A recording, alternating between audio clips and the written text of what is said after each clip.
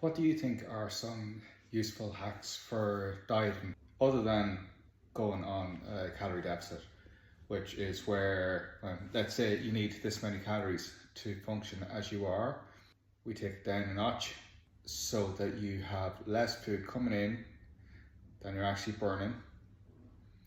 And this bit here is the calorie deficit, the amount of food less that you need to do the same things. So this here is going to be what burns the body fat. Simple things are going to be things like sugar-free drinks with caffeine. The ones with the caffeine are going to help to reduce your appetite a bit. They're also going to fill your belly up with fluids, so it's going to take the place of food. It's going to slow down hunger. It's also going to have the effect of, if you have a serious sweet tooth, you're going to have that need met, whereas you won't need it with food that is high in calories, like chocolate, like crisps, like biscuits, all of that kind of crack. Another thing could be to move your body more before you go to eat. It could be a case that you're just bored. Now think of a case of you're sitting there, you're hungry, you think you're hungry. Could you go out to the kitchen and eat an apple? Could you go out and eat a banana? Could you go out and eat just a protein shake? If the answer to any of that is no, then you're not hungry, you're just bored. So get active, do something else. While you're being active, you're going to burn off more calories because you're increasing your NEAT. It could be part of planned exercise, so your energy expenditure is going to go up.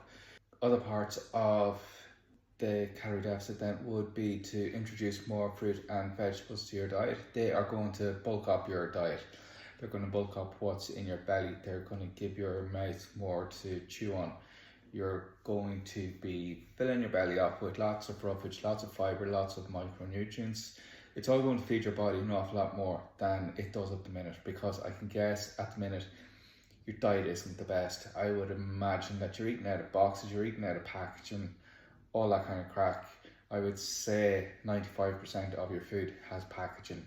Now I get that vegetables and stuff like that has packaging, but I'm talking cardboard boxes, stuff that you put into the fridge or the freezer, and it could stay fresh for ages purely because it's that processed, so it's not going to have as much nutrients in it. So when you are taking in, your primary things are going to be increasing your protein, so taking in more lean meat.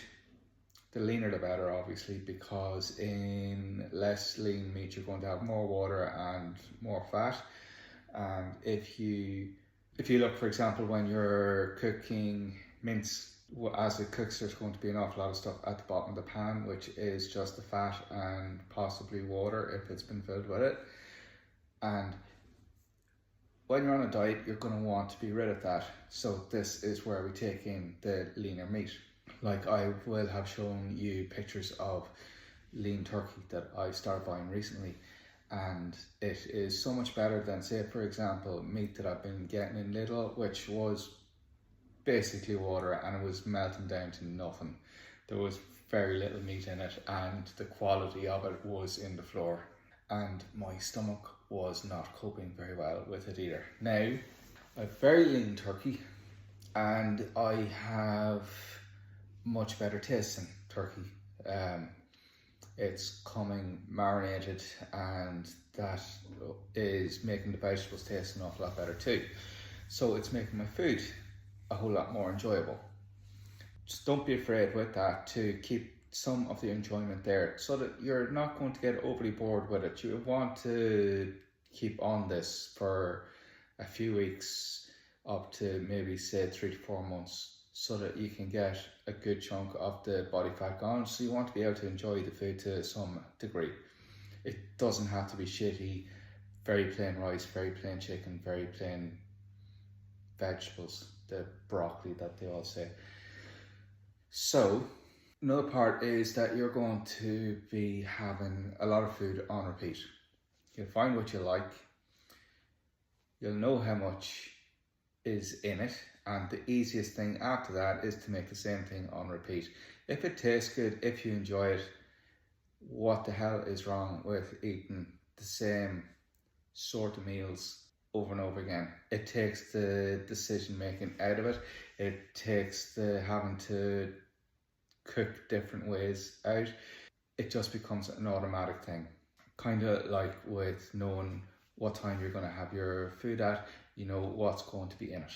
And you're going to then know as well how it's going to affect your weight, how you're going to feel after it.